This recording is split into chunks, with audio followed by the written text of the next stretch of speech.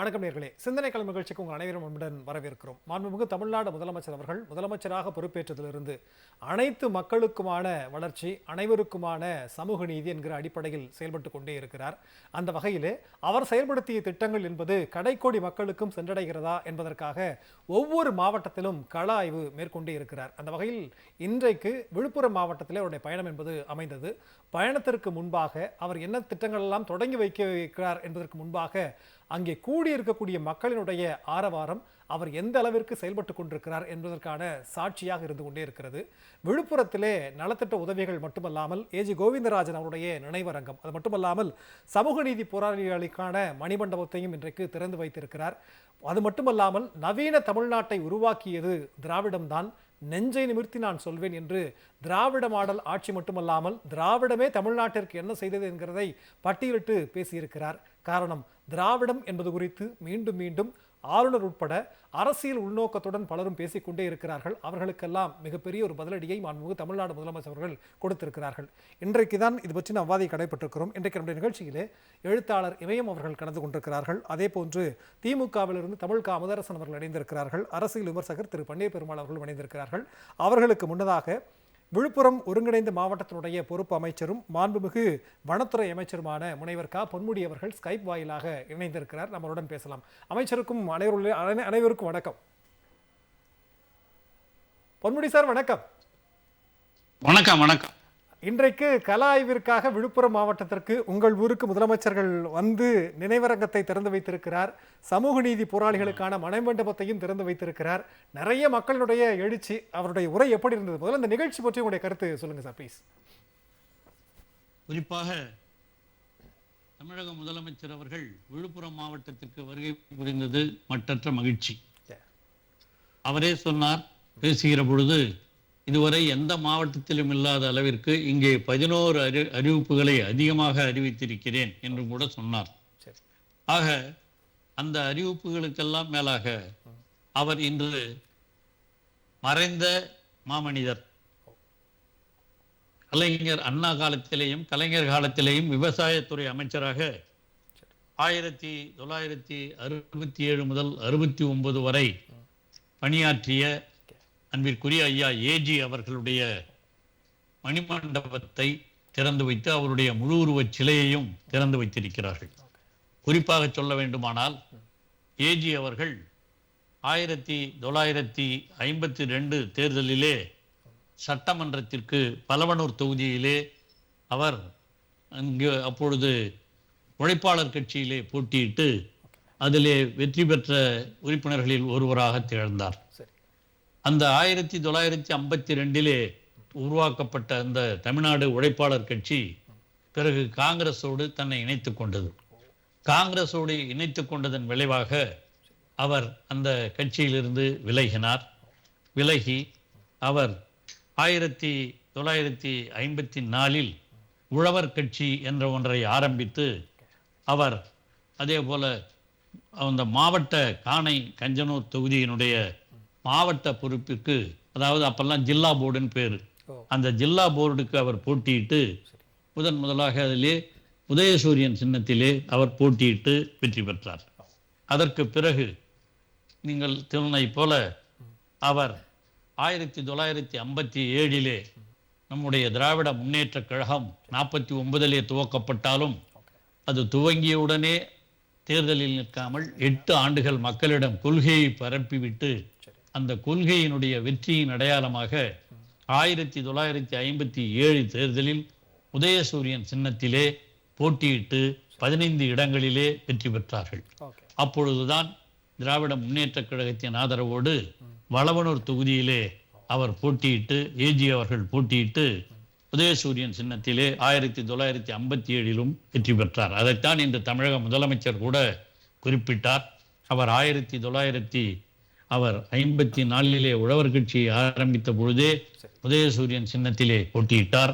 அப்பொழுது அவர் 52 தேர்தலிலே சட்டமன்ற உறுப்பினராக நிற்கிற பொழுது கூட கலைஞர் அவர்கள் அன்னியூருக்கு வந்து பலவனூர் தொகுதியை சார்ந்த அந்த ஊரிலே இவருக்கு ஆதரவாக, தமிழ்நாடு உழைப்பாளர் கட்சிக்கு ஆதரவாக அவர் அன்று கலைஞர் அவர்கள் பிரச்சாரம் செய்தார். அதனுடைய நினைவு அதே போல் 1969 மறுபடியும் வலவனூர் தொகுதியிலே போட்டியிட்டு அதிலேயும் வெற்றி பெற்றார். அப்படி அவர் வெற்றி பெற்றதனுடைய விளைவாக அவர் 1967 முகையூர் தொகுதியிலே போட்டியிட்டு வெற்றி பெற்று 1969 அவர் மறைந்து விட்டார். 2 ஆண்டுகள் அமைச்சராக இருந்து மறைந்து விட்டார். அவருடைய நினைவாகத்தான் நாம் இன்று அவருடைய அந்த சமுதாய மக்களுக்காக அவர் செய்த சேவைகள், விழுப்புரம் மாவட்டம் அப்பொழுது ஒருங்கிணைந்த மாவட்டமாக கடலூர் விழுப்புரம் எல்லாம் இருந்த அந்த மாவட்டத்தினுடைய வளர்ச்சிக்காக ஏஜி அவர்கள் செய்திருக்கிற நன்மைகளுக்கு காரணமாக அந்த சமுதாய மக்களுக்காக அவர் ஆற்றிய பணிகளின் நினைவாக இன்று முதலமைச்சர் தளபதி அவர்கள் இன்று அவருடைய நினைவிடத்தையும் அவருடைய முழு உருவச் சிலையையும் திறந்து வைத்தார். அது மட்டும் இல்லாமல் 1987 செப்டம்பர் 17 இங்கே இடஒதுக்கீடு கேட்டு வன்னியர் சமுதாயத்தை சார்ந்தவர்கள் போராடினார்கள். அப்பொழுது அந்த 2 நாட்களுக்கு முன்பாக அங்கே அறிவாலயத்தை சென்னையிலே திறந்து வைத்துவிட்டு நம்முடைய திராவிட முன்னேற்ற கழகத்துக்காரர்களெல்லாம் சொந்த ஊருக்கு திரும்பி கொண்டிருந்த காலகட்டம். அப்பொழுதுதான் அங்கே விழுப்புரம் மாவட்டத்தில் பல்வேறு இடங்களில் திண்டிவனத்தில் இருந்து நம்முடைய கோலியனூர் கூட்ரோடு விழுப்புரம் போன்ற இடங்களிலெல்லாம் அவர்கள் போராடிய பொழுது அவர்களிலே துப்பாக்கி குண்டுகளுக்கு இரையாகி 21 பேர் உயிர் நீத்தார்கள். அந்த 21 பேர்களுக்குமாக இன்று தமிழக முதலமைச்சர் அவர்கள் அவர்களுடைய மார்பளவு சிலையை உருவாக்கி அவர்களுக்காக ஒரு நினைவு மண்டபத்தையும் உருவாக்கி அவர்களுக்கு மாலை அணிவித்து அவருடைய குடும்பத்தினரோடு புகைப்படத்தையும் எடுத்துக்கொண்டு அந்த நிகழ்ச்சியையும் அவர்களுடைய நினைவாக இன்று சிறப்பித்தார். அது மட்டுமல்லாமல் உங்களுக்கு தெரியாததல்ல, அந்த 21 பேர்களுக்கும் முதலாக உயிர் நீத்ததற்கு பிறகு அவர்களுக்கு 3 லட்சம் ரூபாய் நிதி உதவி வழங்கியவரும் நம்முடைய தலைவர் கலைஞர் காலத்தில் தான். ஆக அது மட்டும் இல்லை, அவர்களுக்கு 3000 ரூபாய் மாதம் உதவித்தொகையாக வழங்கி வருவதும் நம்முடைய திராவிட மாடல் ஆட்சி தான். அது மட்டுமின்றி அவர்களுக்கு வேலை வாய்ப்புகளிலேயும் அன்று அதிக இடஒதுக்கீடுகள் எல்லாம் கொடுத்து அவர்களுக்கும் வேலை வாய்ப்புகளிலேயும் இடம் வழங்கியவர் நம்முடைய தமிழக முதலமைச்சர் தலைவர் கலைஞர் அவர்கள் வழங்கினார்கள். ஆகவே அந்த உயிர் நீத்த அந்த தியாகிகளினுடைய நினைவாக இன்று தமிழக முதலமைச்சர் அவர்கள் அவருடைய திருவுருவச் சிலைகளை திறந்து வைத்து அவருடைய குடும்பத்தினரோடு புகைப்படமும் எடுத்து அவர்களையும் மகிழ்வித்து வருங்காலங்களில் இங்கு சிறப்பாக இருக்க வேண்டும் என்று சொன்னார். இது 2ம் அவர் செய்த இன்றைய நிகழ்வுகளில் முக்கியம். அது மட்டும் இல்லாமல் இங்கே விழுப்புரம் மக்களுக்காக கிட்டத்தட்ட 60,000 பேர்களுக்கு பல்வேறு நலத்திட்ட உதவிகளை வழங்குகிற விழா நிகழ்ச்சியையும் அவர் துவக்கி வைத்தார். அதிலே அவர் குறிப்பாக இந்த மாவட்டத்திலே பல்வேறு வளர்ச்சிகளை பற்றி எல்லாம் சொன்னார். அப்பொழுதுதான் அவர் பேசுகிற பொழுது ஒன்றை சொன்னார். தமிழ்நாட்டை பொறுத்த வரையில் அது முதன்மை மாநிலமாக இருப்பது மட்டுமல்ல, நான் முதலமைச்சராக இருப்பதை விட தமிழ்நாடு வளர்ந்து வர வேண்டும், முதன்மை மாநிலமாக வர வேண்டும் என்பதுதான் என்னுடைய நோக்கம் என்றும் சொன்னார்கள். அதுபோல தமிழகத்தை நவீனமயமாக்குவதுதான், தமிழ்நாடு நவீனமயமாக வளர்ந்து வருவது திராவிட மாடல் ஆட்சியில்தான் என்ற கருத்தையும் சொன்னார். நவீனமயமாக்குதல் என்றால் என்ன?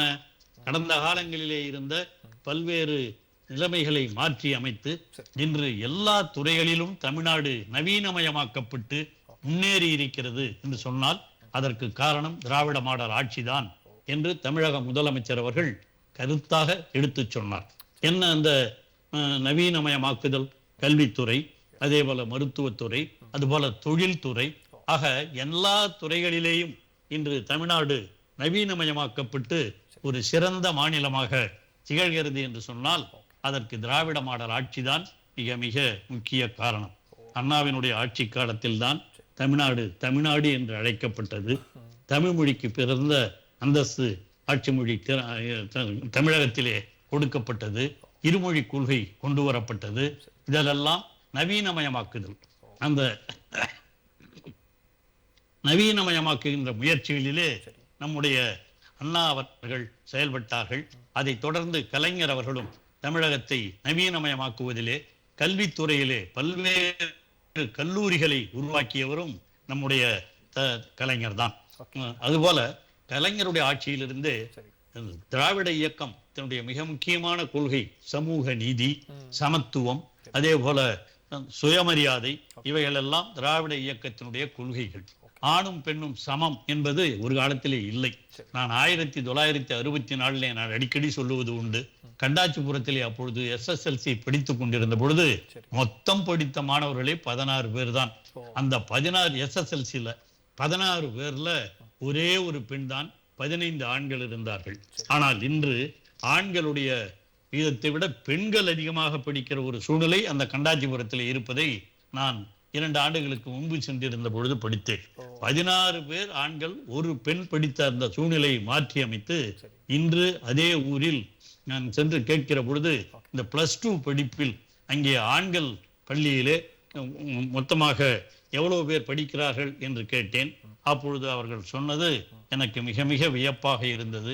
அங்கே சொன்னார்கள் அவர்கள், அங்கே படிக்கிறவர்கள் 600 பேர் என்று சொன்னார். பெண்கள் எவ்வளவு கேட்டேன், 800 பேர் படிக்கிறார்கள் என்று சொன்னார்கள். இதையெல்லாம் எண்ணி பார்க்கிற பொழுது எந்த அளவிற்கு பெண்ணுடைய சமத்துவத்தை, அவருடைய கல்வி திறத்தை தமிழ்நாடு திராவிட மாடல் ஆட்சி உயர்த்தி இருக்கிறது என்பது எல்லோருக்கும் தெரியும். பெண்களுக்கு சொத்துரிமையை அளித்தவர் தலைவர் கலைஞர். பெண்களுக்கு உள்ளாட்சி தேர்தல்களிலே 33% இடஒதுக்கீட்டை கொடுத்தவர் தலைவர் கலைஞர். அதை தமிழக முதல்வர் கலைஞர் வழியிலே, பெரியார் அண்ணா வழியிலே இன்று திராவிட மாடல் ஆட்சி நடத்தி கொண்டிருக்கிற நம்முடைய தமிழக முதல்வர் தளபதி மு.க. ஸ்டாலின் அவர்கள் அந்த 33%ஐ 50%ஆக உயர்த்தி கொடுத்திருப்பவர் நம்முடைய தலைவர் கலைஞர் என்பதை மறுக்க முடியாது.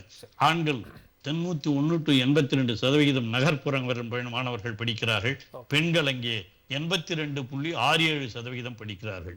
கிராமப்புறத்திலே 82.8%, ஆண்கள் படிக்கிற சூழ்நிலையில் பெண்கள் 65.52% என்று படிக்கிறார்கள் என்று சொன்னால், இந்த பெண்களுடைய கல்வித்தரம் உயர்வதற்கும் பெண்களுடைய சம உரிமை வளர்வதற்கும் காரணமாக இருப்பவர் தமிழக முதலமைச்சர் தளபதி அவர்கள். தமிழகத்தில் மட்டும் இந்த திராவிட மாடல் ஆட்சி நவீனமயத்தை புகுத்தவில்லை. இது இந்தியா முழுவதுமாக இதை புகுத்தி கொண்டிருக்கிறார்கள் என்பதுதான் உண்மை. அதே போல மருத்துவத்துறை எடுத்துக்கொண்டால் இதன் தனியாரிடமே இல்லாத பைபினேன் திட்டத்தின் மூலமாக இதயம், நுரையீரல், நரம்பியல், இரத்த நாளங்கள், சிறுநீரகம் போன்ற உறுப்புகளில் தோன்றும் நோய்களை சிக்கல்களை இந்த மிக துல்லியமாகவும் விரைவாகவும் கண்டறிந்து சிகிச்சை அளிப்பதற்கான வகைகளையும் செய்திருக்கிறார்கள். 90 மையங்களில் 118 சிடி ஸ்கேனர்களை தமிழக முதலமைச்சர் தளபதி அவர்கள் ஆட்சியிலே உருவாக்கப்பட்டிருக்கிறது. 32 மையங்களில் 33 MRI ஸ்கேன்கள் உருவாக்கப்பட்டிருக்கின்றன. அதே போல தொழில்துறையை எடுத்துக்கொள்வோம் என்று சொன்னால், தொழில்துறையிலேயும் பல்வேறு வளர்ச்சிகளை பெற்றிருப்பது நம்முடைய தமிழ்நாடு தான். குறிப்பாக இந்தியாவிலேயே 40,000 தொழிற்சாலைகளுடன் தமிழ்நாடு முதலிடம் வகிக்கிறது.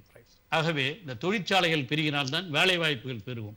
படிப்பவருடைய எண்ணிக்கையும் உயர்ந்திருக்கிறது, தொழிற்சாலைகளிலே வேலை வாய்ப்பும் உயர்ந்திருக்கிறது. அதைத்தான் தமிழக முதலமைச்சர் இன்று மிக திறம்பட சொன்னார், நவீனமயமாக்குதல். இதுதான் மாடர்னைசேஷன் என்று ஆங்கிலத்தில் சொல்லுவார்கள்.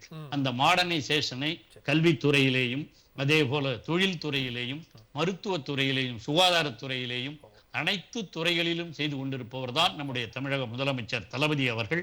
அதனால்தான் வெளிநாடுகளிலே இருந்து கூட இன்று பல்வேறு தொழிற்சாலைகளுடைய நிபுணர்களை எல்லாம் அழைத்து வந்து தமிழகத்திலே தொழில்துறையை வளர வைத்திருக்கிறார். நிச்சயமா சார், அதாவது கேள்விக்கே இடம் இல்ல, ஒட்டுமொத்தமா அழகா நீங்க ஒருங்கிணைச்சு சொல்லியிருக்கிறீங்க. இதுல என்னன்னா, இவ்வளவு விஷயங்கள் திராவிடம் செய்திருக்கிறது அப்படிங்கிறது தெரிந்ததுதான். உங்களை போன்றவர்கள் மீண்டும் மீண்டும் சொல்லிக் கொண்டேதான் இருக்கிறோம். இதெல்லாம் தெரிந்தும் கூட திராவிடம் இனம் சார்ந்ததா இடம் சார்ந்ததா, அது என்ன செய்ததுன்னு ஆளுநர் உட்பட, இன்றைக்கு கட்சி தொடங்கியவர்கள் உட்பட நிறைய பேர் கேட்கிறாங்க. அப்ப அவர்களுக்கு நீங்க என்ன சொல்ல விரும்புறீங்க? இன்னொன்னு, மக்களுடைய மகிழ்ச்சி, வரவேற்பு இன்னைக்கு பார்த்தோம் முதலமைச்சர் வரும்போது. இதையெல்லாம் பார்க்கிற போது உங்களுடைய உணர்வு எப்படி இருந்தது? இன்னைக்கு தமிழக முதலமைச்சர் வருகிற பொழுது அங்கே சுற்றி இருந்த மகளிர், பெண்கள், சாதாரண படித்துக் கொண்டிருக்கிற பெண்கள், அதுவும் குறிப்பாக அந்த மகளிருடைய பெண் உரிமை அந்த திட்டத்தின் மூலமாக மாதம் 1000 ரூபாய் பெறுகிற அந்த பெண்கள் எல்லாம் தலைவரை பார்த்து அப்பா அப்பா அப்பா என்று அழைத்து இருக்கிறதே, அது உண்மையிலேயே அந்த சிறுவர்கள் முதல், அதுவும் குறிப்பாக பெண்கள் எந்த அளவிற்கு தலைவர் மீது அன்போடு இருக்கிறார்கள் என்பது தெரிய வந்தது. மகளிரெல்லாம் எங்களுக்கு உரிமை தொகையை வழங்கினீர்களே, உங்களுக்கு நன்றி என்று சொல்லி அவர்கள் தலைவருடைய படத்தை போட்டோ அதை வைத்து அதை முத்தமிட்டு கொண்டே இருந்த ஒரு பெண்ணையும் நான் பார்த்தேன். இதையெல்லாம் பார்க்கிற பொழுது பெண்கள் தமிழகத்திலே தளபதியின் பக்கம் இருக்கிறார்கள். இலவச பேருந்தையும் வழங்கி இருக்கிறார். இதெல்லாம் தமிழகத்தினுடைய முதலமைச்சர் தளபதி அவர்கள் அந்த திராவிட மாடலினுடைய நவீனமயமாக்குகின்ற முயற்சியிலே, பெண்களினுடைய வளர்ச்சியிலே அவர் ஈடுபட்டிருக்கிற செயல்களை நமக்கு எடுத்து வைக்கின்றன. அதையெல்லாம் இன்று அவர் 4 கிலோமீட்டர் தூரம் அவர் அந்த மக்களை எல்லாம் சந்தித்து அவர்களோடு உரையாடி புகைப்படங்களை எல்லாம் எடுத்துக்கொண்டு வந்த பொழுது உண்மையிலேயே நான் மற்றற்ற மகிழ்ச்சி அடைந்தேன். விழுப்புரத்திலே இருக்கிற 7 தொகுதிகளிலேயும் நிச்சயமாக மிகப்பெரிய வெற்றி.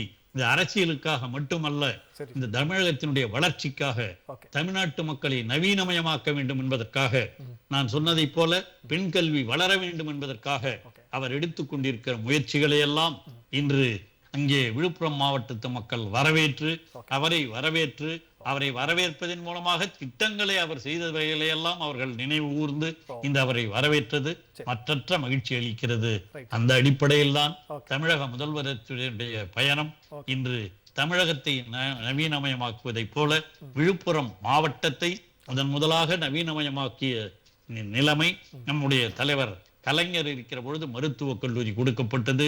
இன்று தலைவர் தளபதி அவர்கள் திருக்கோயிலூரிலே ஒரு அரசு கலைக்கல்லூரி, அதே போல விழுப்புரம் மாவட்டத்திற்கு குடிநீர் கொடுத்தவரே தலைவர் தளபதி அவர்கள் தான்.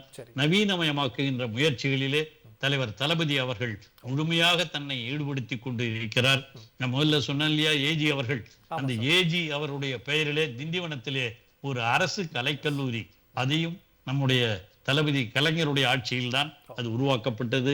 ஆக இவைகள் எல்லாம் கல்வியின் வளர்ச்சி, மருத்துவத்துறை வளர்ச்சி, தமிழகத்துக்காக உழைத்தவருடைய வளர்ச்சி, அனைத்து தரப்பு மக்களும் சரியாக இருக்க வேண்டும் என்ற வளர்ச்சி, இவைகளை விட இந்த இடஒதுக்கீடு 69% குறிப்பாக மிகவும் பிற்படுத்தப்பட்டவர்களுக்கு 20% இடஒதுக்கீடு, பிற்படுத்தப்பட்டவர்களுக்கு 31% ஒதுக்கீடு, தாழ்த்தப்பட்டவர்களுக்கு 18% ஒதுக்கீடு, அதிலே கூட உள் ஒதுக்கீடுகள் இஸ்லாமியர்களுக்கு என்றும் மற்றவர்களுக்கு என்றும் ஒதுக்கி இருப்பதெல்லாம் தமிழக முதலமைச்சர் தமிழகத்தினுடைய நவீனமயமாக்குவதற்காக, தமிழகத்திலே ஒரு காலத்திலே படிக்கவே கூடாது, குறிப்பாக பெண்கள் எந்த ஜாதியினரும் கோயிலுக்குள்ளே நுழையக்கூடாது என்று வைக்கமில்லை போராடிய பெரியாருடைய நினைவாக இன்று அனைத்து ஜாதியினரும் அர்ச்சகராகலாம் என்ற சட்டத்தை கூட தடுத்து நிறுத்தி இன்று அவர் உச்ச நீதிமன்றத்திலே கூட அதற்கு அனுமதி பெற்று செய்திருக்கிறார் என்று சொன்னால் அதுதான் தமிழகத்தை நவீனமயமாக்குகிற முயற்சிகள்.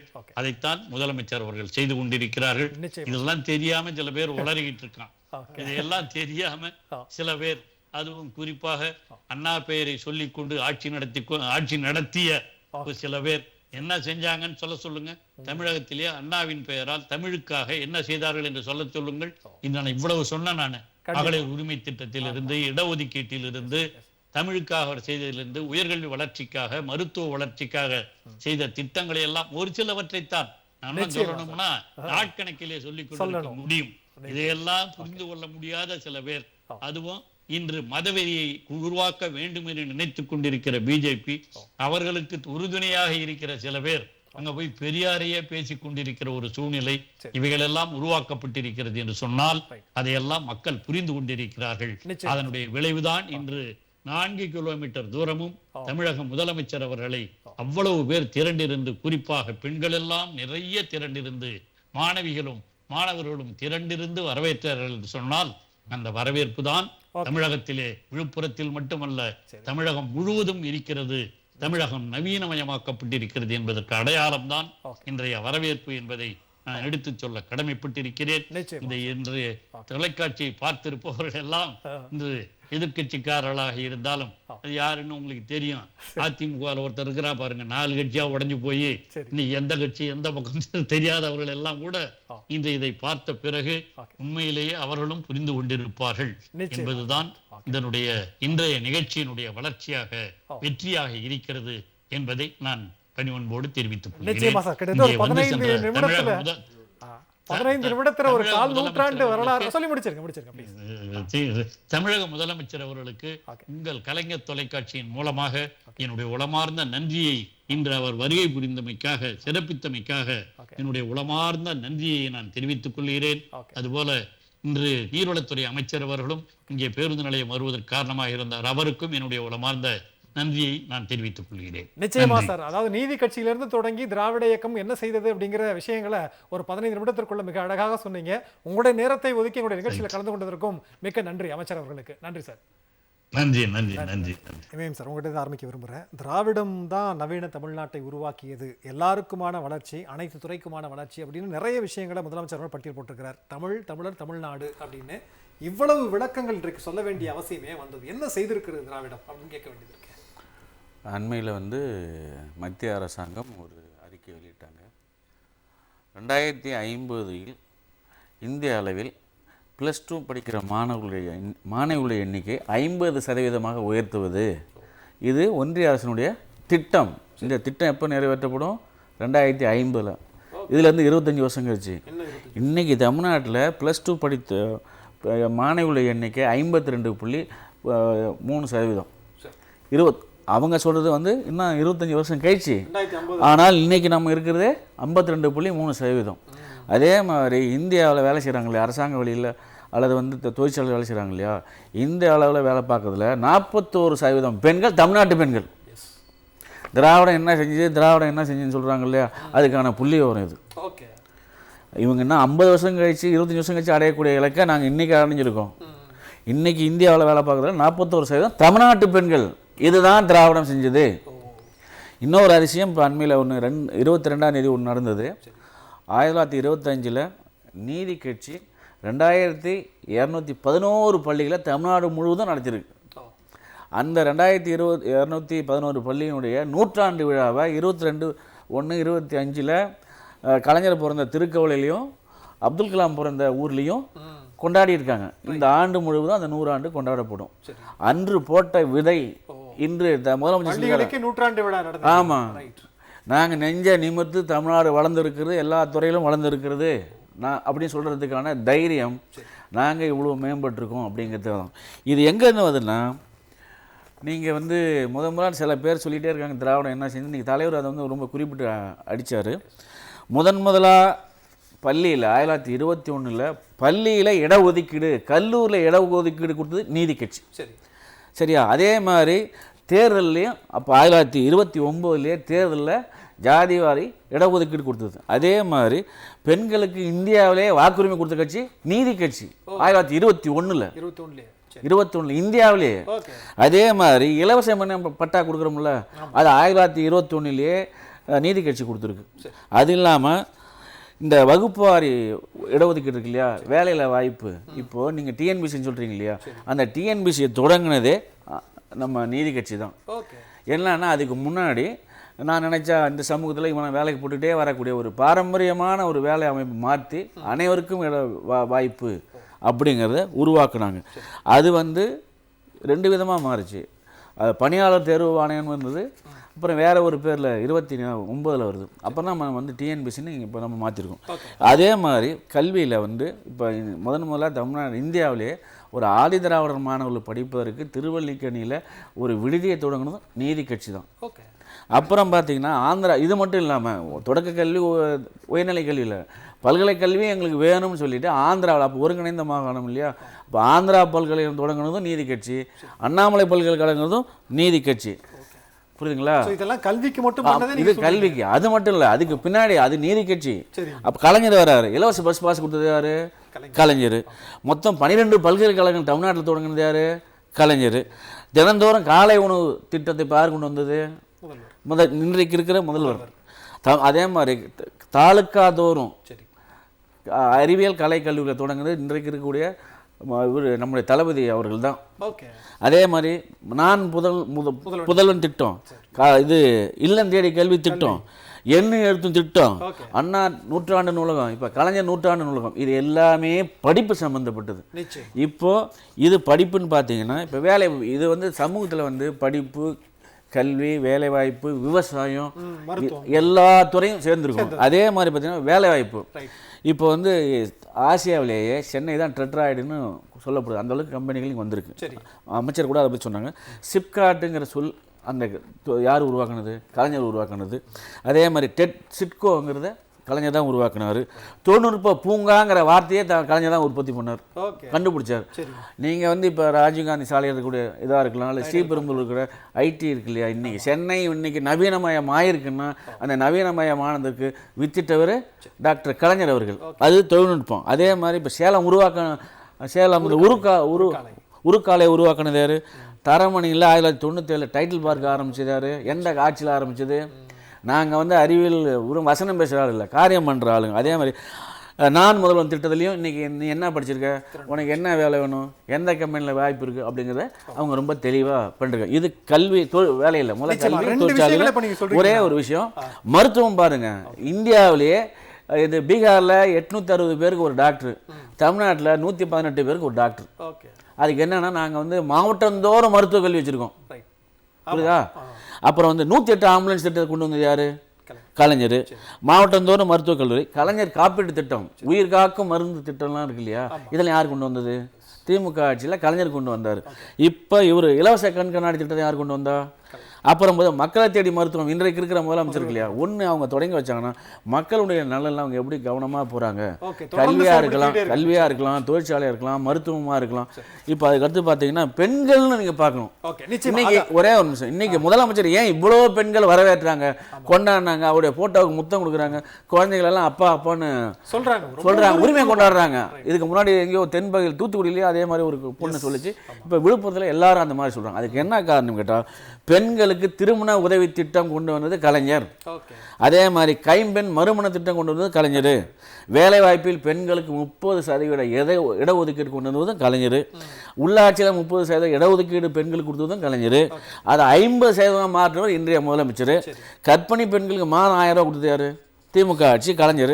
பெண்கள் சுய உதவி குழுக்கள், இன்னைக்கு பெண்கள் வந்து தன்னுடைய காலில் நிற்கணும் அப்படின்றது வந்து 1921 நீதி கட்சியிலிருந்து இன்ன வரைக்கும் திமுக திராவிட கட்சிகள் தொடங்கிட்டு இருக்கு. திராவிட கட்சின்னா நீங்கள் அண்ணா திமுக சேர்த்துடக்கூடாது. அதே மாதிரி பெண்கள் விடியல் பயணம்னு ஒன்று இருக்குது, அந்த திட்டத்தை கொண்டு வந்திருக்காங்க. புதுமை பெண் திட்டம். புதுமை பெண் திட்டம் என்னது? கல்லூரியில் படிக்க போகக்கூடிய எல்லா மாணவிகளுக்கும் மாதந்தோறும் 1000 ரூபா கொடுக்குறது. முன்னாடி மூவலூர் ராமாமிர்தம் திருமண உதவி திட்டம். கல்யாணம் முக்கியம் இல்லை, எங்களுக்கு படிப்பு தான் முக்கியம்னு இவர் மாற்றினார், யார்? இன்றைக்கு இருக்கிற முதலமைச்சர். அதே மாதிரி உள்ளாட்சியில் பெண்களுக்கு அதை 50% உடைக்க கொடுத்தது இன்றைய முதலமைச்சர். இப்போ கடைசியாக பாருங்கள், இந்த தேர்தல் அறிக்கையில் அவர் சொன்னார், பெண்கள் வைத்திருக்க 5 பவுனுக்கு கீழே வச்சிருந்தா அத்தனை நகை கடனும் தள்ளுபடி செய்வேன் அப்படின்னு அறிவிச்சவர் யாரு? இன்றைய முதலமைச்சர். மகளிர் சுய உதவி குழு கடனையும் வந்து தள்ளுபடி செய்தார் அப்படிங்கிறது. அதனாலதான் இந்த பெண்கள்லாம் இவ்வளவு வரவேற்பு. நிச்சயமா இன்னும் நிறைய விஷயங்களை வச்சிருக்கேன், நம்ம அடுத்த சுற்றுலா நம்ம பேசுவோம். அமுதரசன், அதாவது இதுல முதலமைச்சர் அவர்கள் இன்றைக்கு திராவிடம் அவர் என்ன செய்ததுன்னு கேட்கிறவங்களுக்கு நேரடியாக நிறைய பதிலடிகளை கொடுத்திருக்கிறதா நம்ம புரிந்து கொள்ள வேண்டியதாக இருக்கிறது. இருந்தாலும் மீண்டும் மீண்டும் திராவிடம் இடம் சார்ந்ததா இனம் சார்ந்ததா, என்ன செய்தது, இடையில வந்த புனைவு அப்படிங்கிறவங்க தெரியாமல் பேசுகிறார்களா இல்ல தெரிந்தும் பேசுகிறார்களா, நம்ம எப்படி புரிந்து கொள்ள வேண்டியது இருக்கு? இந்த திராவிட இயக்க சித்தாந்தம், இந்த திராவிடம் இப்படி இன்னைக்கு விமர்சனம் வைக்கக்கூடியவர்கள் எல்லாம் இதனால அதிகமாக பலனடைந்தவர்கள் தான். இவங்க யாரும் தெரியாமலாம் பேசல, ரொம்ப நல்லா தெரிந்ததுனால தான் பேசுறாங்க. அது வந்து என்ன அப்படின்னா, இந்த இன்னைக்கு தமிழ்நாடு முழுக்க இல்லை, இந்தியா முழுக்க திராவிட இயக்கத்தினுடைய சாதனைகள், குறிப்பாக திராவிட மாடல் அரசு அமைந்த பிறகு தமிழ்நாடுல எந்தெந்த திட்டங்கள்லாம் செயல்படுத்தப்படுகிறதோ மக்கள் நல திட்டங்கள், அது இந்தியா முழுவதும் இருக்கக்கூடிய மற்ற மாநிலங்களில் இருக்கக்கூடிய முதலமைச்சர்களும் அதை அறிவித்து அதை மக்கள்கிட்ட நன்மதிப்பை பெறுவதற்கான முயற்சிகளில் இறங்கியிருக்கிறாங்க. நீங்கள் இந்த உரிமை தொகையிலேருந்து இலவச பேருந்துலேருந்து காலை சிற்றுண்டி லண்டன் வரைக்கும் இன்றைக்கி புகழப்படுது. அந்த அளவிற்கு தமிழ்நாட்டு முதலமைச்சர் மாண்புமிகு தளபதி அவர்களுடைய திட்டங்கள் இன்றைக்கு இந்தியாவை தாண்டி இன்னைக்கு புகழ்பரப்பக்கூடிய வகையில் இருக்குது.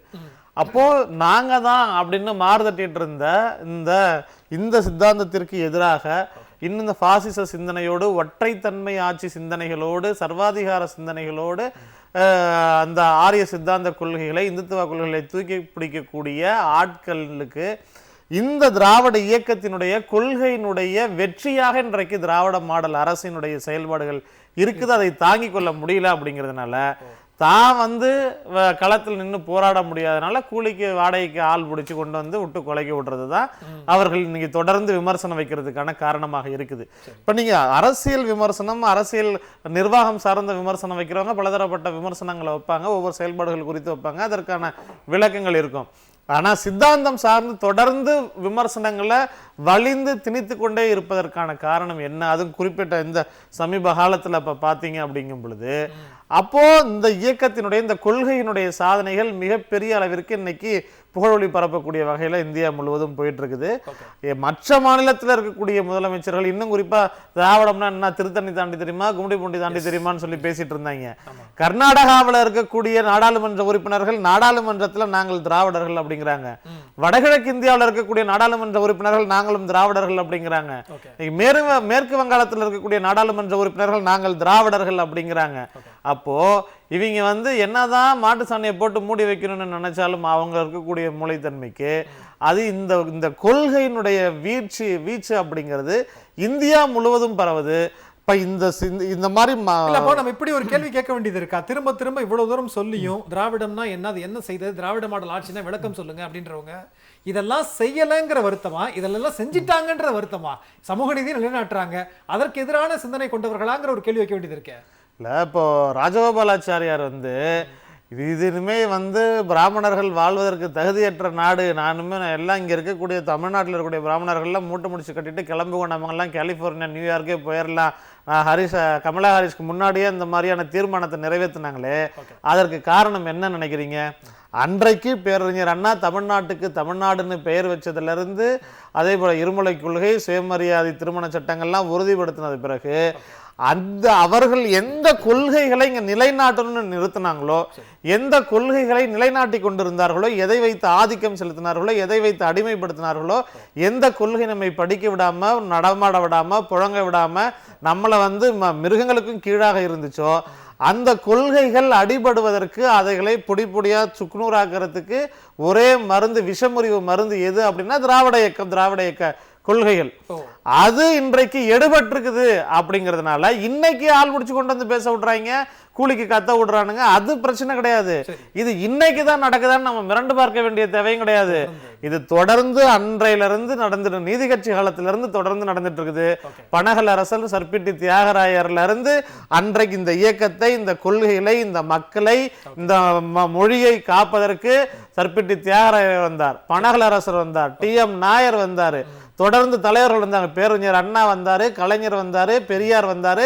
இன்றைக்கு அந்த வரிசையில தமிழ்நாட்டினுடைய முதலமைச்சராக மட்டுமல்ல, திராவிட இயக்கத்தினுடைய பெருமை மிகு தலைவராக இந்த கொள்கைகளை இன்னும் 600 காலத்திற்கு எடுத்து செல்வதற்கான ஒரு தலைவராக, அதை செயல் வடிவம் கொடுத்த தலைவராக தமிழ்நாட்டினுடைய முதலமைச்சர் இருக்கிறாரு.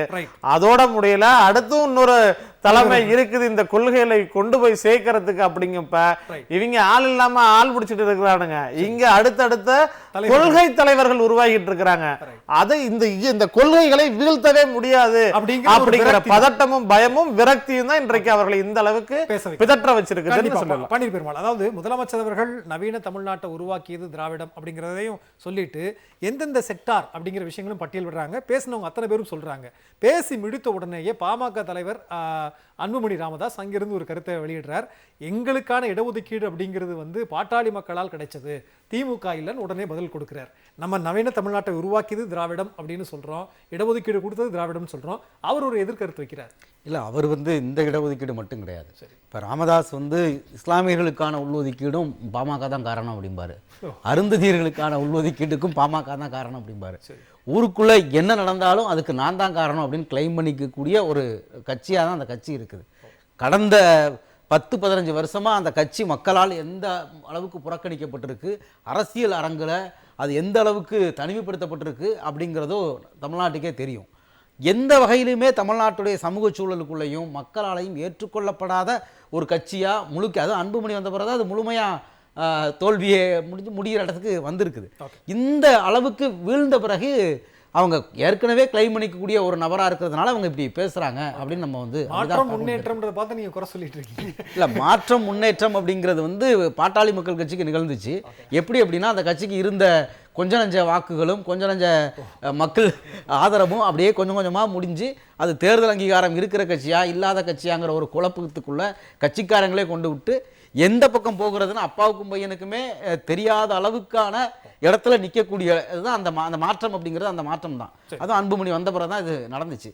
அதனால் அவருக்கு இப்படி என்ன வேணாலும் அவர் பேசுவார். ஓகே, நிச்சயமா நம்ம ஒரு பக்கம் அன்புமணியோடைய கருத்து இருந்தாலும், அதாவது இங்க இருக்கிறவங்க பேசுறாங்க, ஆளுநர் தொடர்ந்து இது குறித்து பேசியிருக்கிறார். இன்றைக்கு கூட சிதம்பரத்துல சகஜானந்தா அவருடைய அந்த விழாவில் கலந்து கொண்டு பேசுகிற போது பட்டியலினத்தவரை சார்ந்தவர் வந்து இங்க முதலமைச்சராக வர வேண்டும், சமூக நீதினு சொல்லிட்டு இங்க பிளவுபடுத்தக்கூடிய கருத்துக்கள் தான் தொடர்ந்து இருந்துகிட்டே இருக்கிறங்கிற குற்றச்சாட்டை வைக்கிறார். இல்லை, அவர் வந்து ஆளுநராக மட்டும் இல்லை, அவர் வந்து RSS உடைய ஒரு உறுப்பினராக தான் இருந்து இந்த பிரச்சாரங்களை பண்ணிக்கிட்டு இருக்கார். அவர் சகஜானந்தா மட்டும் இல்லை, ஏற்கனவே அவர் வள்ளலார் விழாவிலையும் இதே மாதிரி அவர் சனாதனத்தின் உச்சம் அப்படின்னு பேசினார். இப்படி அவருடைய பேச்சு அப்படிங்கிறது ஒரு ஆளுநருக்கான எந்த வரையறைக்கும் இல்லாமல் ஒரு அரசியல் பிரச்சாரராக அவர் செயல்பட்டுக்கிட்டே இருக்கார். இப்போ சமூக நீதி அப்படிங்கிற இடத்துல பிளவுபடுத்திட்டாங்க அப்படிங்கிறது இப்போ ஆரம்பித்தது கிடையாது. இதுவுமே 100 ஆண்டுகளாக RSS பாஜக பார்ப்பனர்கள் சொல்லிக்கிட்டே இருக்கிறது தான். இந்தியாவில் இருக்கக்கூடிய இந்தியர்களுடைய ஒற்றுமையை குலைக்கிறதுக்காக பார்ப்பனர் அல்லாதார் அப்படின்னு பேசுகிறாங்க அப்படிங்கிறது 1916 பேசுனது தான். அது இன்னைக்கு RN ரவி வரைக்கும் பேசிக்கிட்டே இருக்கிறாங்க. ஆனால் எதிர்ப்பக்கம் இதை பேசியவர்கள் பார்ப்பனர் அல்லாதார்களுடைய அந்த கொள்கை பிரணயத்தில் என்ன சொன்னாங்களோ அதுலேருந்து எப்படி அப்டேட் ஆகி வளர்ச்சி அடைஞ்சு வந்திருக்குது அப்படிங்கிறத நம்ம பார்க்குறோம். அவங்க பேசிக்கிட்டே இருக்கிறாங்க. ஏதோ ஒரு வகையில் அந்த சமூகத்தை வந்து சாதியாக அந்த சோசியல் இன்ஜினியரிங்கை உத்தரப்பிரதேசில் பண்ணுற மாதிரி, ராஜஸ்தானில் பண்ணுற மாதிரி, குஜராத்தில் பண்ணுற மாதிரி இங்கே பண்ண முடியாதா அப்படிங்கிற ஏக்கத்தில் இருக்கிறவங்களுக்கு இந்த சமூக நீதி அப்படிங்கிற அடிப்படையில் தான் தமிழ்நாட்டில் எல்லா சமூகங்களும் ஒன்றிணைக்கப்பட்டிருக்கு. இப்போ அவங்களுடைய சோசியல் இன்ஜினியரிங் அப்படிங்கிறது ஒவ்வொரு ஜாதியும் தனித்தனியாக பிரித்து அவங்களுக்குள்ள மோத விட்டு 2 பக்கமும் RSS உடைய ஆட்களால் அதை ஒருங்கிணைச்சு பிஜேபி வாக்கு வங்கியாக மாற்றுறது அவங்களுடைய எக்ஸிக்யூஷன் பிளானே அதுதான். அதான் அவங்க எல்லா இடத்துலையும் பண்ணுறாங்க. ஆனால் தமிழ்நாட்டை பொறுத்த வரைக்கும் ஒவ்வொரு படிநிலையாக தமிழ் சமூகத்தில் யார் முதல்ல பார்ப்பனர் அல்லாதார் உரிமை, அடுத்து அதில் பிற்படுத்தப்பட்டவர் உரிமை, அதில் மிகவும் பிற்படுத்தப்பட்டவர் உரிமை, அடுத்து இஸ்லாமியர்கள் உரிமை, அருந்ததியர்களுடைய உரிமைன்னு ஒவ்வொரு படிநிலையாக இந்த சமூகத்தை வந்து முன்னேற்றி கொண்டு வந்து அதை ஒருங்கிணைக்கக்கூடிய ஒரு விஷயமா ஒருங்கிணைந்த வளர்ச்சியை நோக்கி இந்த சமூகத்தை உருவாக்குறதாகவும் இந்த திராவிட மாடல் அப்படிங்கிறது 100 ஆண்டு காலமா இருக்குது. இது நேர் எதிராக RSSல அவங்களுக்கு வசூல் பண்ணக்கூடிய பணத்தை ஒரு பனியா கிட்ட தான் கொடுக்கணுங்கிறது அவங்க ரூல்ஸ். அதை வந்து அவங்க அங்க இருந்தவங்களே வந்து எழுதுறாங்க. ஒரு தலித் சமூகத்தை சேர்ந்த RSS உடைய உறுப்பினரா ஒரு சேவக்கா இருக்கிற ஒரு வீட்டில் சமைச்சதை போற வழியில கொட்டிட்டு போறது அவங்களுடைய மாடலா இருக்கு. அதுவும் நான் ஒரு இந்துவாக இருக்க முடியாதுன்னு ஒரு புத்தகத்திலேயே வந்து எழுதுறாங்க. அப்போ இப்படி எல்லா வகையிலையும் சமத்துவம், நாங்கள் எல்லோரையும் சமமாக பார்ப்போம் பேசக்கூடிய அவங்களுடைய அஜெண்டா அப்படிங்கிறது எல்லோரையும் பிரித்து இன்னைக்கும் அந்த வர்ணாசிரமத்தை RSSக்குள்ளேயும் ஃபாலோ பண்றது அவங்களுடைய நோக்கம். ஆனா எதிர்ப்பக்கம் அப்படிங்கிறது எல்லோருக்கும் எல்லாமா கொண்டு வந்து எல்லா வழிகளிலும் முன்னேற்றி கொண்டு வர நிச்சயம். அதாவது நம்ம நிறைய விஷயங்களை தொடர்ந்து சொல்லிக்கிட்டே இருக்கிறோம். இப்ப சீமான் அவருடைய மொழியில மாதிரியான ஒரு கேள்வி அப்படின்னா, தொட்டதுக்கெல்லாம் நீங்க பெரியாரா அப்படின்னு சொல்கிற போது அதே டோன்ல இன்னொரு கேள்வி வைக்கிறாங்க. இப்ப மற்ற மாநிலங்கள் எல்லாம் தொழில் வளர்ச்சி இல்லையா, மற்ற மாநிலங்கள் பெண்கள் முன்னேறலையா, நீங்க இவ்வளவு விஷயங்கள் கொண்டு வந்து எல்லாமே திராவிடன் மட்டும் ஏன் அடையாளப்படுத்துறீங்கன்ற கேள்வியையும் சிலர் வைக்கிறாங்க. இமயம் சார் அவங்கள்ட்ட, அதாவது பெயருக்கு ஏற்ற மாதிரி திராவிடத்தினுடைய சாதனைகள் என்ன இமயமா வச்சிருக்கிறீங்கன்னு எனக்கு தெரியும். அது கடுகளவுல சுருக்கி சொன்னீங்கன்னா நல்லா இருக்கும். ஒரு ஆட்சி அவங்களுடைய நோக்கம் என்ன அப்படிங்கிறது தான். இந்த சமூகம் வந்து சமச்சீராக இல்லை, இது சமச்சீராக ஆகணுங்கிறது தான் நீதி கட்சியினுடைய இந்த நம்முடைய திமுகவுடைய கொள்கை. அந்த கொள்கை இந்த சமச்சீர் சமூகத்தை எப்படி சமைப்பது என்பது அவங்களுடைய லட்சியம். அப்போ இந்த சமச்சீர் சமூகத்தை எந்தெந்த விதத்தில் நீங்கள் சமைக்க முடியும், உருவாக்க முடியும், கட்டமைக்க முடியும். இன்றைக்கி வந்து நான் வந்து தமிழ் சமூகத்தை வந்து அதாவது மாடர்னைசேஷனாக மாற்றுறேன் அப்படிங்கிறது, எப்படி அதை வந்து நவீனத்துவமாக மாற்றுறாரு அப்படிங்கிறதுக்கான திட்டங்கள். இப்போ உதாரணம் முன்னாடி நம்ம சொன்னால் கல்வி, வேலைவாய்ப்பு, மற்றது. இப்போ சமூக நலத்திட்டங்கள் அப்படின்னா, இப்போ ஒரு சமூகங்கிறது ஒரு ஊருக்குன்னா பல இடங்கள் இருக்க மாதிரி ஒரு சமூகத்தில் பல திட்டங்கள். இப்போ சமூக நலத்திட்டங்கள் வந்து இப்போ நீங்கள் சொல்கிறீங்க இல்லையா, நீங்கள் திராவிடம் என்ன செஞ்சது, திராவிடத்தால் நாங்கள் வீழ்ந்தோம், திராவிடத்தால் வளர்ந்தோம்னு சொல்கிறாங்க. வீழ்ந்தாலும் சில பேர் குறைச்சிட்டு இருக்காங்க. அந்த குறைச்சிட்டு இருக்கவங்களுக்கு நான் சொல்கிறேன், இப்போ வந்து ஒரு சமூகத்தில் என்னென்ன விதமான மனிதர்களை இந்த கட்சி வந்து அப்லிஃப்ட் பண்ணியிருக்கு. அதுதான் மேலே இருக்கவங்களை மட்டும், ரொம்ப கீழே இருக்கவங்கள எப்படி நம்ம சமச்சீராக மாற்றுதுங்கிறது. இப்போ முதல்ல தமிழ்நாட்டில் இந்தியாவிலே தொழுநோயாளிகள் மறுவாழ்வு இல்லம் வந்து கலைஞர் தான் தொடங்குறார். அதே மாதிரி ஊனமுற்றோருக்கு மறுவாழ்வு இல்லம் தொடங்குனதும் கலைஞர் தான். சமூகத்தால் கைவிடப்பட்ட மனிதர்கள் மீது அவர் அக்கறை கொள்றாரு. அதே மாதிரி சமூகத்தால் கைவிடப்பட்ட திருநங்கைகள் இருக்காங்க இல்லையா, அவங்க திருநங்கைங்கிற பேரை வச்சதே அவர் தான். தம்பிகள் நம்பிக்கைகளுங்க பேரை வச்சதே அவர் தான். அதுக்கு முன்னாடி நம்ம என்ன பேர் வச்சுக்கிட்டோம், ஒரு பேரில் கூட அவமானப்படுத்தக்கூடாதுங்கிறது தான். நீங்கள் 1940, 30, 20களில் உங்களுடைய பேர் என்ன வந்தது? என்னது கட்டையான், மொட்டையான், பெரியான், கருப்பன், மூக்காயி, இப்படி தான் பேர். நீங்கள் திமுகன்னு ஒன்று வந்த பிறகு தான் உங்கள் பேரே மாறுது. இன்னும் சொல்ல சில பேர் திராவிடத்தில் வீழ்ந்தான்னு சொல்கிறாங்களா, உனக்கு பேரை வைக்கவே யோகியது கட்ட சமூகம் தான் உன் சமூகம் தான் சொல்லணும். எப்போ வந்தது பேர்லாம் அப்படிங்கிறத பார்க்கணும். அதே மாதிரி கலைஞரின் கனவுல திட்டம், எல்லா வீடும் கூரை வீடுகளாக இருக்குது, எரிஞ்சு போகுது. கிராமத்தில் தான் உங்களுக்கு தெரியும் எப்படி வந்து மே மாதத்தில் எரிஞ்சு போயிடுங்க. அது கலைஞர் கனவு இல்லத்திட்டம்னு இப்போ கொண்டு வந்திருக்காங்க. அதே மாதிரி வந்து ராமநாதபுரம் பரமக்குடி கூட்டு குடிநீர் திட்டத்தை யார் கொண்டு வந்தது, அதை நீங்கள் யோசிக்கணும். அதே மாதிரி ஒகேனக்கல் கூட்டு குடிநீர் திட்டத்தை இன்றைய முதலமைச்சர் அவர்கள் கொண்டு வந்து நடைமுறைப்படுத்துறாங்க. அது எத்தனை ஆண்டுகளாக அந்த கூட்டு குடிநீர் திட்டம் பெண்டிங்கில் கிடந்தது, அது வேகமாக வேலை செய்கிறாங்க. ரெண்டாவது, நீங்கள் தாய் தமிழ் வாழ்த்து பாருங்களேன், அந்த தாய் தமிழ் வாழ்த்ததை சட்டப்பூர்வமாக அங்கீகரிச்சதாரு கலைஞர் 1970. அதே மாதிரி தமிழ் மொழியில் எல்லாரும் பேசுகிறீங்க, தமிழ் மொழிக்கு செம்மொழி அந்தஸ்து வாங்கி கொடுத்தது யார், கலைஞர். அதே மாதிரி ஆகஸ்ட் மாதம் முதலமைச்சருக்கு இந்தியாவுக்கே முன்னோடியாக முதலமைச்சருக்கெல்லாம் குடியேற்ற உரிமை கொடு அப்படின்னு வம்பு வளர்த்து வாங்கி அந்த உரிமை பெற்று தந்தது யார், கலைஞர். அதே மாதிரி அறிஞர்களுக்கு உள் ஒதுக்கீடு கொடுத்தது யார், 3% கலைஞர். மிகவும் பிற்பட்டோருக்கு 30% இடஒதுக்கீடு கொடுத்தது யார், கலைஞர்.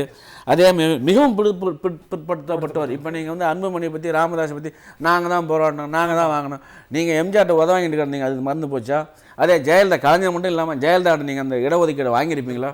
கலைஞர் செஞ்ச வன்னிய சமூகம் செஞ்ச மிகப்பெரிய நன்மை அது. உண்மையிலே தமிழ்நாட்டில் இருக்க வன்னிய சமூகம் யாருக்காக நன்றியுடையவராக இருந்தால் அது கலைஞருக்கு தான் இருக்கணும். ஏன்னா நீங்கள் எம்ஜிஆரில் சூடப்பட்டு தானே சேர்த்தீங்க, அதுலேருந்து உங்களை பாதுகாத்து உங்களுக்கு உரிமை கொடுத்தது, இடஒதுக்கீடு கொடுத்தது, வேலை வாய்ப்புல எல்லாத்தையும் அதே மாதிரி கொடுங்க. அனைத்து ஜாதியிலும் அர்ச்சகராகலாம்ங்கிற ஒரு சட்டம் இருக்குல்ல, இந்தியாவில் எங்கேயா கொண்டு வர முடியுமா? இன்றைய முதலமைச்சர் நடைமுறைப்படுத்தணும். அதே மாதிரி தமிழ்நாடு முழுக்க சமத்துவபுரங்கள் உங்களால் கற்பனை பண்ண முடியுதா? ஏன் இந்த கட்சிகள் வந்து திருப்பி எதிர்காலி போராடுறாங்கன்னா எல்லா சமூகத்தையும் நீங்கள் பார்க்குறேன். குடிசை மாற்றி வாரியங்கிற வார்த்தையை உருவாக்குனது அது கலைஞர். அதே மாதிரி இந்த குடிநீர் வாடிக்கையாளர் வாரியம், நீங்கள் சென்னையிலலாம் வாட்டர் இருக்கு இல்லையா, இதெல்லாம் கலைஞருடைய ஆட்சியில் அவரால் திட்டமிடப்பட்டது. அதே மாதிரி சென்னையில் இருக்கிற இத்தனை மேம்பாலம் இருக்குல்ல, யார் காட்டினா? 32 பாலம். இன்னைக்கு முதலமைச்சராக இருக்கிற மு.க. ஸ்டாலின் அவர்கள் மேயராக இருக்கும்போது கட்டின 32 பாலங்கள். இன்னைக்கு இவ்வளோ டிராஃபிக்கில் இருந்து தப்பிச்சு போகிறீங்க. 420 பேரூராட்சிகளை உருவாக்குனது யார்? இன்னும் மதுரையில் உயர்நீதிமன்ற கிளை இருக்குல்ல, அது யார் கொண்டாந்தா? என்ன செஞ்சுன்னு கேட்குறீங்களா? இன்னும் நான் ஒரு 1 நிமிஷத்தில் முடிச்சுக்கிறேன். இப்போ விவசாயம் இருக்குது, விவசாயத்துக்கு இலவச மின்சாரம் இந்தியாவிலே கொடுத்தது யார்? அப்போ இருந்த அரசாங்கம் என்ன சொல்லிச்சு, இந்த திட்டம் ஏற்கப்படாது, நீங்கள் உங்களுடைய தமிழ்நாட்டு நிதியில் தான் கொடுத்துக்கணும் அப்படின்னு வம்பாட்டானா இல்லையா? அதே மாதிரி இலவச ரேஷன் கார்டு கடை தோணுது தமிழ்நாட்டில் யார்? திமுக தான், கலைஞர் தான் தொடங்கினார். அப்போ இந்திரா காந்தி ஒத்துட்டாங்களா? இது நடைமுறைப்படுத்தவே முடியாது ஒன்றாலும் சொன்னால், நான் நடைமுறைப்படுத்தி காட்டுறேன்னு சொல்லி கலைஞர் அதை கொண்டு வந்தார். அதே மாதிரி 7000 கோடி நான் முதலமைச்சரானால் முதல் கையெழுத்து 7000 கோடி விவசாய கடனை தள்ளுபடி செய்வேன்னு சொன்னது கலைஞர் தான். அதே மாதிரி தள்ளுபடி பண்ணாரா இல்லையா? அதே மாதிரி உழவருடைய வாழ்க்கையில் மேம்படுன்னு சொல்லி உழவர் சந்தை ஒவ்வொரு ஊருக்கு கொண்டு வந்தாரா இல்லையா? நமக்கு நாம திட்டம் விவசாயத்துக்கு கொண்டு வந்தாரா இல்லையா? அண்ணா மறுமலர்ச்சி திட்டம் எதுக்காக? அதே மாதிரி நேரடி நெல்முல் கொள்முதல் இருக்கு இல்லையா, விவசாயிகள் பாதிக்கப்படக்கூடாதுங்க கொண்டு வந்தார். அதே மாதிரி இப்போ இது ஒரு பக்கம். போக்குவரத்தில் வந்து திராவிட முன்னேற்ற கழகம் ஆட்சிக்கு வருவது முன்பு தமிழ்நாட்டில் என்ன விதமான போக்குவரத்து இருந்தது, சாலை இருந்தது, பஸ் இருந்தது அப்படிங்கிறத பார்க்கணும். அதே மாதிரி பஸ்ஸை வந்து தேசிய உடைமைக்கு ஆக்குனது யார்? கலைஞர். அதே மாதிரி சென்னையில் மெட்ரோ ட்ரெயினில் போகிறீங்கள, அதுக்கு 14,600 கோடி ரூபா திட்டத்தை கொண்டு வந்தது யார்? கலைஞர். அதே மாதிரி மினி பஸ்ஸுகள் தமிழ்நாட்டில் அறிமுகப்படுத்தினது யார்? கலைஞர். இப்படி என்னால் இன்னும் 2 மணி நேரத்துக்கு பேசிக்கிட்டே போக முடியும். இந்த திட்டங்களை எல்லாம் திமுக கொண்டு வந்தது. அதனால் தமிழ்நாடு சமச்சீரான வளர்ச்சியை பெற்றிருக்கிறது. இந்த சமச்சீரான சமூக நீதியான வளர்ச்சியை பிற மாநிலங்கள் எதிர்க்கட்சியில் தாங்க முடியாமல் இவங்க குறைக்கிறாங்க. இந்த குறைக்கிறதா நாங்கள் கவலைப்பட மாட்டோம்.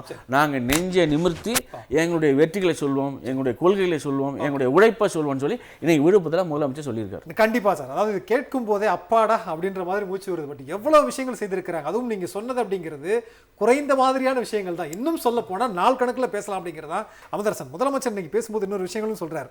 இதையும் மீறி சிலர் குறை சொல்கிறாங்க, குறை அப்படிங்கிறது அவங்களுடைய எண்ணத்துல தான் இருக்கு அப்படின்றது தான். நம்ம பொலிட்டிக்கலா பார்த்தோம்னா ஒரு எதிர்க்கட்சியை யாரும் குறை சொல்லக்கூடாதாங்கிற ஒரு கேள்வியும் கூட கட்டமைக்கலாமே. ஒரு 2-3 நிமிடத்திற்குள்ள please. நியாயமான கோரிக்கைகள் எதுவாக இருந்தாலும் தமிழ்நாட்டினுடைய முதலமைச்சர் அதற்கு பதில் சொல்வதற்கு கடமைப்பட்டிருக்கிறாரு.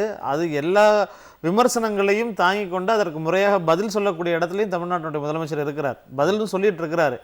ஆனா இல்லாத ஒன்றை பத்தி பேசுறப்ப அதுக்கு என்ன பதில் சொல்ல முடியும்? திராவிட இயக்கத்தினுடைய சாதனைகள், திராவிட இயக்கத்தினுடைய கொள்கைகள், இதை பற்றி நீங்கள் அதாவது ஒரு உண்மையான செய்திகள்லையோ செயல்பாடுகள்லையோ நிர்வாகத்தின் மீதையோ குறை சொன்னீங்க, அதுக்குன்னா பதில் சொல்லலாம். உங்களுடைய கற்பனைக்காக என்ன சொல்ல முடியும்? நீங்க வாங்குற காசுக்காக குலைக்கும் பொழுது நாங்கள் அதுக்கு என்ன பண்ண முடியும்? ஒன்னே ஒன்று தான். நம்மளுடைய வனத்துறை அமைச்சரும் அண்ணன் எழுத்தாளர் இமயம் அவர்களும் புட்டிங் செஞ்சுரிஸ் இன்டு கேப்சூல் அப்படிங்கிற மாதிரி 100 ஆண்டு கால திராவிட இயக்க சாதனைகளை மிக சுருக்கமாக அவுட்லைன் எல்லாம் சொன்னாங்க. இன்னைக்கு ஒரே ஒரு செய்தி தான் நான் சொல்லணும்னு ஆசைப்படுறேன். இன்னைக்கு அமெரிக்காவில் சட்டவிரோதமாக குடியேறி இருக்கக்கூடிய 2.5 லட்சம் குஜராத்திகளை நாடு கடத்துவதற்கு கைது செய்து இங்கே மறுபடியும் இந்தியா அனுப்புறதற்கு அங்கே ட்ரம்ப் அரசு உத்தரவு போட்டிருக்கு. அதே அமெரிக்காவில் 2.5 லட்சம் 5 லட்சம் இந்தியர்கள், ஏறக்குறைய 5 லட்சம் தமிழர்கள் இருக்கிறாங்க. எல்லாருமே ஒயிட் ஸ்காலர் ஜாப், எல்லாருமே இருமொழி கொள்கையில படித்தவங்க, தமிழ் ஆங்கிலம் படித்தவர்கள் எல்லாருமே இன்னைக்கு அங்கே முறையான அங்கீகாரம் பெற்று நிர்வகிக்கக்கூடிய இடத்துல, முடிவெடுக்கக்கூடிய வேலைகளை செய்யக்கூடிய இடத்துல இன்றைக்கு அமெரிக்காவில் இருக்கிறாங்க. 195 நாடுகளில் இந்த தமிழ்நாட்டிலிருந்து சென்றிருக்கக்கூடிய இளைஞர்கள், பட்டதாரி இளைஞர்கள் ஒயிட் ஸ்காலர் ஜாப்ல இருக்கிறாங்க. அட்மினிஸ்ட்ரேஷன் ஸ்கில் இருக்கக்கூடிய, நிர்வகிக்கக்கூடிய, நாடு கடத்த வேண்டிய அவசியம் இல்லை. அவர்களை கடத்தினா அந்த நாடே விழுந்து போகக்கூடிய அளவிற்கு அவர்களுடைய கான்ட்ரிபியூஷன் அங்கே இருக்குது. அப்ப அந்த அளவிற்கு இங்கே கல்வியை, இருமொழி கொள்கையை உறுதிப்படுத்தி கொடுத்தது எது? இந்தியாவிலேயே தமிழ்நாடு மட்டும்தான். இன்னைக்கும் இந்தியா எதுக்கு எதிர்த்துட்டு இருக்கிறோம்? இந்த இருமொழி கொள்கை, இந்த இருமொழி கொள்கையின் வாயிலாக படிக்கிறாங்க, படித்தவர்கள் உலகம் முழுக்க போய் கோல் வச்சிட்டு இருக்கிறாங்க. அதை விட்டுட்டு நீங்க இங்க வா, நீ வந்து நாக்பூர்ல வந்து கும்பமேளால வந்து கும்மி அடிக்க சொல்றதுக்கு தான் இவங்க வந்து திராவிடத்தை எதுக்குறாங்க. இவங்க வந்து சமஸ்கிருதத்தையும் இந்தியும் கொண்டு வந்து புகுத்தணும்னு நினைக்கிறாங்க. திராவிட இயக்கத்தை இன்னும் குறிப்பாக வந்து திமுக ஆட்சியில, குறிப்பாக தமிழ்நாட்டினுடைய முதலமைச்சராக தளபதி மு.க. ஸ்டாலின் அவர்கள் இருக்கும் பொழுது பலமுனை தாக்குதலாக திராவிடத்தை வச்சு கூர்த்திட்டி வச்சு குத்துறதுக்கு காரணம் என்ன அப்படின்னா, ஒரே ஒரு காரணம் தான். ஸ்டாலின் இஸ் மோர் டேஞ்சரஸ் தென் கலைஞர் அவங்க சொன்னாங்கல்ல, அதுதான் இங்க நடைமுறையில் இருக்குது. இந்த கொள்கைகளை செயல் வடிவம் படுத்தி இல்லாட்டினா நீங்க பாருங்க, இன்னைக்கு அந்த தமிழ்நாட்டினுடைய முதலமைச்சராக தளபதி அவர்கள் வந்த பிறகு பள்ளிக்கு செல்லக்கூடிய குழந்தைகளினுடைய எண்ணிக்கை அதிகமா இருக்குது. இடைநிற்றல் அந்த பெண்களினுடைய, கல்லூரிக்கு செல்லக்கூடிய பெண்களினுடைய எண்ணிக்கை அதிகமா இருக்குது. வேலைக்கு போகக்கூடிய பெண்களினுடைய அதிகமா இருக்குது. நாங்க ஒரு பக்கம் எல்லா பக்கமும் முட்டுக்கட்டை போட்டுக்கிட்டு படிக்க கூடாது, புதிய கல்விக் கொள்கை அது இது யூஜிசி நாம்ஸ் வரைக்கும் நாங்க தடுத்து நிறுத்தி கொண்டு வந்துட்டு இருக்கிறோம். தமிழ்நாடு மட்டும் அபரிமிதமான வளர்ச்சி திராவிட முன்னேற்ற கழகம் குறிப்பாக தளபதி அவர்களுடைய ஆட்சியில நடந்துட்டு இருக்குது. அப்படிங்கும்போது அது அவர்களுக்கு எட்டிக்காயா கசக்கும், நெருப்ப வந்து வயிற்றுல அள்ளி கட்டிக்கிட்ட மாதிரி தான் இருக்கும். ஆகையினால இவங்க சொல்ற மாதிரி திராவிடத்தை அழிக்கவோ, ஒழிக்கவோ, மறைக்கவோ, அவதூறு பரப்பவோ முடியாது. அது வளரும், வெல்லும், திராவிடம் தான் நாளும். கண்டிப்பா பணிபெருமாள். அதாவது திராவிடம் இந்த 100 ஆண்டுகள்ல எவ்வளவு விஷயங்களை செய்திருக்கிறது அப்படிங்கறத கண்கூட நம்ம பார்க்கிறோம். அப்ப முழுமையான ஒரு வளர்ச்சி அடையலையா? இன்னும் எத்தனை நாட்களுக்கு தேவைப்படும்? இன்னும் நீங்க இருக்கிறதுனால தான் திராவிடம் என்ன செய்ததுங்கிற கேள்வியே அவங்க வைத்துக் கொண்டே இருக்கிறாங்க. அப்ப நம்ம இன்னும் தேவைப்படுமா அப்படிங்கிற கேள்வி செஞ்சு முடிக்க முடியலையா அப்படின்னு. சமூகம் வளர வளர தேவைகள் அதிகரிக்கும். 1912 திராவிடன் இல்லம் சென்னைக்கு வரக்கூடிய பார்ப்பனர் அல்லாத மாணவர்களுக்கு தங்கி படிக்கிறதுக்கு உருவாக்கப்படுது. இன்னைக்கு சென்னைக்கு பணிக்கு வரக்கூடிய பெண்களுக்கு தோழி இல்லம் உருவாக்கப்படுது. அப்போ அங்கிருந்து இங்க மாறி இருக்கும். இப்படி ஒவ்வொரு கட்டத்திலையும் வெவ்வேறு வகையான தேவைகள் வருது. அப்போ சமூகத்தில் ஏற்படக்கூடிய மாற்றங்கள், புதிய தலைமுறைகள் வருகிற பொழுது புதிய புதிய வாய்ப்புகளையும் உருவாக்கி கொடுக்குது. நாங்கள் வந்து அன்னைக்கு என்ன இருந்துச்சோ 1916 சொன்ன அந்த இலக்குகள் அடைஞ்சிட்டோம்னு அதோட நிற்கலை. அன்னைக்கு வந்து வகுப்பு வாரி உரிமை வேணும் அப்படின்னு லண்டனில் போய் டாக்டர் நாயர் முறையிட்டார். இன்னைக்கு வந்து உயர் சிறப்பு மருத்துவத்தில் பிற்படுத்தப்பட்டவர்களுக்கான இடஒதுக்கீடு மறுக்கப்படுகிற பொழுது தமிழ்நாடு திராவிட முன்னேற்ற கழகத்துடைய தலைவர் வழக்கு பதிவு பண்றாரு. இந்தியா முழுக்கான பிற்படுத்தப்பட்டவர்களுக்கான உரிமைகளுக்காக நம்ம போராட வேண்டிய இடத்துக்கு நகர்றோம். அப்போ தேவைகள் அப்படிங்கிறது சமூகத்துடைய மாற்றத்துக்கு ஏற்ற மாதிரி அது எவால்வாவே வருது. தேங்கி போகாத இயக்கம் இது. இது வந்து சமூக மாற்றத்துக்கு ஏற்ற மாதிரி புதுசு புதுசான விஷயங்களை மக்களுக்கு எப்படி கொண்டு போய் சேர்க்கணும் அப்படிங்கிறது இந்த இயக்கத்துக்கிட்ட இருக்கிறதுனால தான் நம்ம வந்து இந்த இடத்துக்கு மேலும் மேலும் திராவிடம் தேவை, அது மேலும் மேலும் இந்த சமூகத்தை மேம்படுத்துறதுக்கு பயன்படும் அப்படின்னு பேசுறோம். நிச்சயமா இன்றைய முதலமைச்சர் என்ன செஞ்சாருன்னு சொல்ல விரும்புகிறேன் நான். சுருக்கமா, ரொம்ப சுருக்கமா. தளபதி அவர்கள் முதலமைச்சரான பிறகு மாவட்டந்தோறும் புத்தக கண்காட்சி நடத்துகிறார். அந்த புத்தக கண்காட்சியில் எழுத்தாளர்களை கலைஞர்களை கூப்பிட்டு வச்சு பேச வைக்கிறார், கௌரவப்படுத்துகிறார். ஒன்று. ரெண்டாவது, தமிழ்நாட்டில் 5 மண்டலங்கள் பிரிந்து 50 இலக்கிய விழாக்களை நடத்துகிறாங்க. அங்கே எழுத்தாளர்களை கலைஞர்களை கூப்பிட்டு சிறப்பிக்கிறாங்க. 2. மூன்றாவது, எழுத்தாளர்கள் சாகித்ய அகாடமி அல்லது நேஷனல் அவார்டு வாங்கினவங்களுக்கு 1.5 கோடி ரூபாயில் கனவு இல்ல திட்டம் கொடுத்துட்ருக்காங்க. கிட்டத்தட்ட 50 பேர் கொடுத்துட்டாங்க. இப்போ மொழிபெயர்ப்புக்கு வாங்கியிருந்தால் கூட அவங்களுக்கு வீடு கொடுக்குற ஒரு திட்டம் கொண்டாந்துருக்காங்க. அதே மாதிரி இப்போ சென்னை அண்ணா நூற்றாண்டு நூலகத்தில் அதாவது ஒரு காட்சி அரங்கம் இருக்குது. 181 எழுத்தாளர்களுடைய காட்சி அரங்கம் இருக்காங்க. அதனால் சிந்தனை சிற்பிகள் அரங்கம்னு அதுக்கு பேர். இப்போ நான் ஒரு எழுத்தாளர்னா அங்கே போய் அங்கே ஒரு ஃபோட்டோ இருக்கும். அந்த ஃபோட்டோவில் கீழே ஒரு இது இருக்கும். அதில் ஸ்கேன் பண்ணிங்கன்னா நான் எந்த தேதியில் பிறந்தேன், யாருக்கு பிறந்தேன், எந்த ஊரில் வளர்ந்தேன், என்னென்ன படித்தேன், நான் என்னென்ன புத்தகங்கள் எழுதியிருக்கேன், என்னென்ன பரிசுகள் வாங்கியிருக்கேன், எந்தெந்த நாட்டில் அது பாடமாக இருக்குது அப்படிங்கிற முழு தகவலும் தெரிஞ்சிருக்கும். இந்த வாய்ப்பு இந்த முதலமைச்சர் தான் செஞ்சார். நான் செத்துட்டா என் போட்டாவே என் வீட்டில் யாரும் வச்சிருக்க மாட்டோம். ஆனால் தமிழ்நாடு அரசாங்கம் வைத்திருக்கிறது. பல பேருக்கு அங்கே வந்துருக்காங்க இல்லையா, அவங்க தாத்தாவை பார்த்ததில்ல, அவங்க பெற்றோர் முதியோர்களை பார்த்துல. ஆனால் இங்கே ஃபோட்டோவை அரசாங்கம் பாதுகாக்குது. 3500 ஸ்கொயர் ஃபீட்டில் ஃபுல் ஏசியில் ஷூட்டிங் ஸ்பாட்டில் மாதிரி வச்சு வைக்கிறோம். இது மாதிரி ஒரு அதிசயத்தை வேறு இந்தியாவிலேயோ உலகத்திலேயோ எங்கேயும் கிடையாது. இந்த ஒரு எழுத்தாளராக இந்த சிறப்பு செய்த முதலமைச்சருக்கு நான் நன்றி தெரிவித்துக் கொள்கிறேன் தமிழ்நாட்டு எழுத்தாளர்கள் சார்பாக. நிச்சயம். அதாவது நீங்கள் பேசும்போது எனக்கே உணர்வுபூர்வமாக இருக்கிறது. நீங்கள் எவ்வளவு உணர்வுபூர்வமாக சொல்வீங்க அப்படிங்கிறதுனால புரிஞ்சிக்க முடியுது. இவ்வளவு விஷயங்களையும் கேட்டதுக்கு பிறகு நவீன தமிழ்நாட்டை உருவாக்கியது திராவிடம் அப்படின்னு இங்கே இருக்கிறவங்க மட்டுமல்ல, ஒட்டுமொத்த தமிழர்களுமே சொல்ல கடவுப்பட்டிருக்கிறோம் அப்படிங்கிறதா பங்கு கொண்ட விருந்தினர்கள் அத்தனை பேருக்கும் மிக்க நன்றி. மீண்டும் ஒரு நிகழ்ச்சியில் சந்திக்கலாம். நன்றி, வணக்கம்.